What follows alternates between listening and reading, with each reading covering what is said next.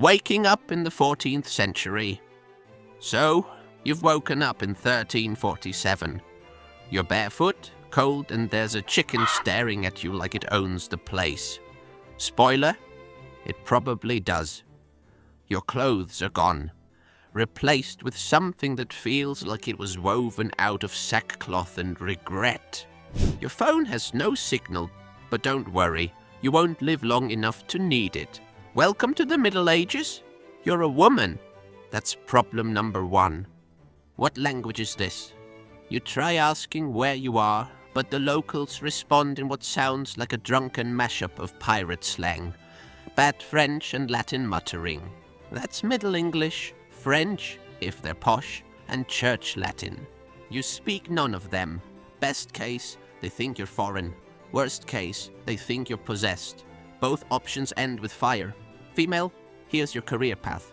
As a woman in medieval society, your options are 1. Marry. 2. Join a convent. 3. Die. Most go with option 1, and marriage means pregnancy. There's no epidural, no antibiotics, and absolutely no sterile anything. Giving birth is a high-stakes dice roll.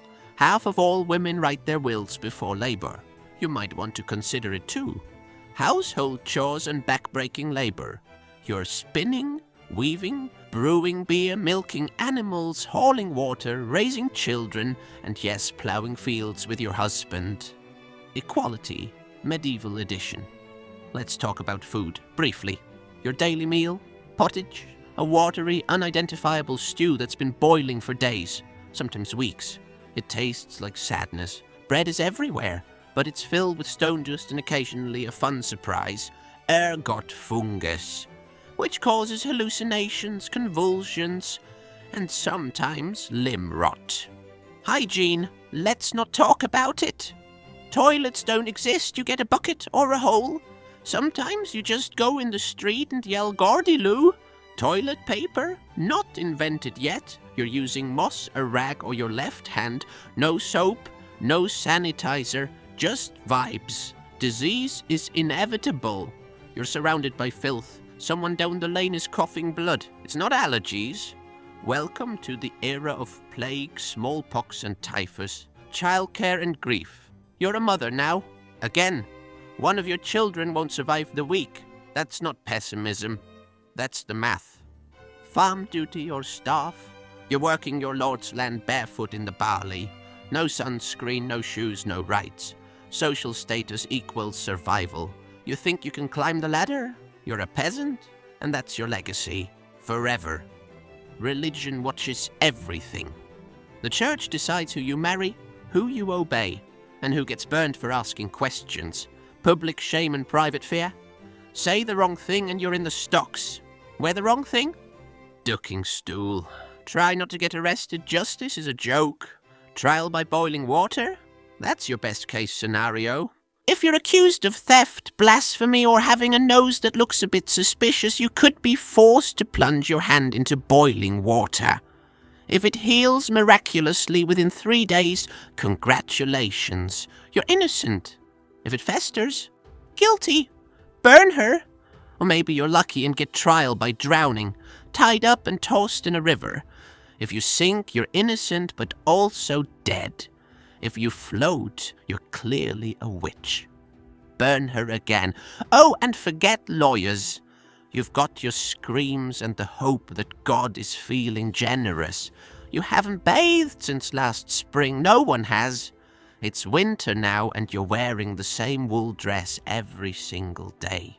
You sleep in it, you work in it, you give birth in it. And when it rains, it smells like a sheep had an emotional breakdown. Your hair is full of lice, that's normal. There's even a comb for them. It's not a fancy spa tool, it's a survival item. Toilet paper? Try moss, leaves, or your hand if you're feeling brave. Hope you're not left-handed. Pottage. Again. Watery stew with turnips, maybe a bone if someone in town died recently and had leftovers. Bread? Dense. Often made from rye infected with a delightful fungus called ergot. Side effects include hallucinations, gangrene, and, you guessed it, death. And because water's often full of literal feces, everyone drinks ale, even kids. Yes, 5-year-olds are day drinking just to survive. Suddenly that weird cousin who gave beer to toddlers at a wedding doesn't seem so edgy. You're seen as morally weak. That's not just the village gossip, it's biblical. You must be silent in church, submissive at home, and if you're assertive, the town priest is already side-eyeing you with demonic possession vibes. And if you're attractive, that's a curse. If you're not, also a curse. If you're helpful, opinionated, clever, fertile, barren, smile too much, don't smile at all. There's a local man ready to yell, "Witch!" Oh, you're pregnant again? That's your job. Don't worry, no ultrasound, no doctors, no help except some old woman who once delivered a cow. There's a 1 in 5 chance you'll die in childbirth. Cesarean sections, only done if you're already dying.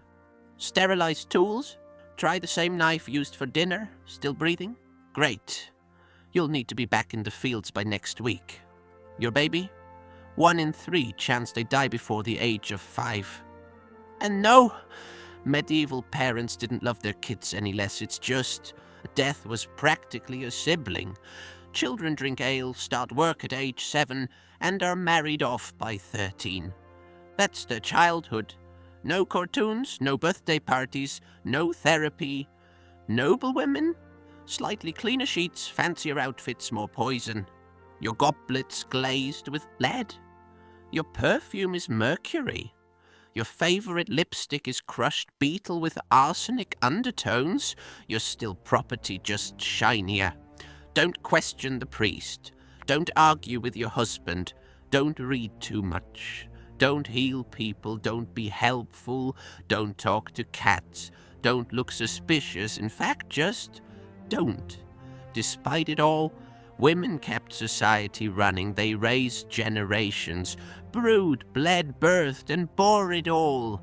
And if you're here watching this in 2025, odds are you had a medieval woman ancestor who somehow survived all 24 hours.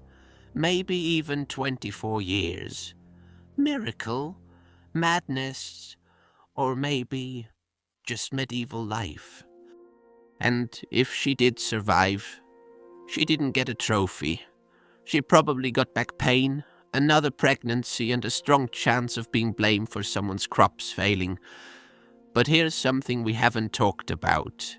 Spiritual life. In medieval times, religion wasn't a Sunday thing. It was every second of your existence. For women, this meant that if you suffered, you were holy. If you enjoyed anything, probably a sin. A woman could choose 2 paths, marriage or the convent. That's it. There was no third option for freedom or travel or becoming an entrepreneur. No Etsy side hustle unless it involved spinning wool in silence for the church. And the convent? That wasn't a peaceful retreat with soft chants and flower gardens. It was often just as grueling as peasant life. Except you prayed 7 times a day, didn't talk, and occasionally bled yourself for God. Imagine giving up marriage only to discover your roommates also snored and judged you. Now let's talk education. Could medieval women read? Rarely. If you were noble, you might learn a little Latin, just enough to copy scripture and keep quiet. But for everyone else, reading was considered either suspicious or pointless. What use did a milkmaid have for literature when she had cows to tend and 10 kids to raise? Of course, some women did try to speak out, write something, think critically. They were usually shut down, married off quickly, or accused of witchcraft, because nothing screams sorcery like knowing how to spell. And let's not forget clothing. Men had hose, tunics, and boots. Women? Tight corsets, layers of fabric, and head coverings that trapped heat like a slow-cooking oven. Want to run? Too bad. Want to breathe? Maybe next century. Fashion was basically a trap with embroidery. Now say you made it to old age, and I mean really beat the odds. Let's say you're 40. In medieval terms, you're a walking relic. You'd probably be toothless, arthritic, and treated like some wise forest witch whether you wanted to be or not. But you'd still work, still cook, clean, raise your daughter's kids while she's out in the fields. Retirement didn't exist. You stopped when you dropped. So how do you survive 24 hours in medieval times as a woman? You don't speak too loudly. You don't rest too long. You don't stand out. And if you're lucky, really lucky, your name gets remembered for something other than being accused of dancing with the devil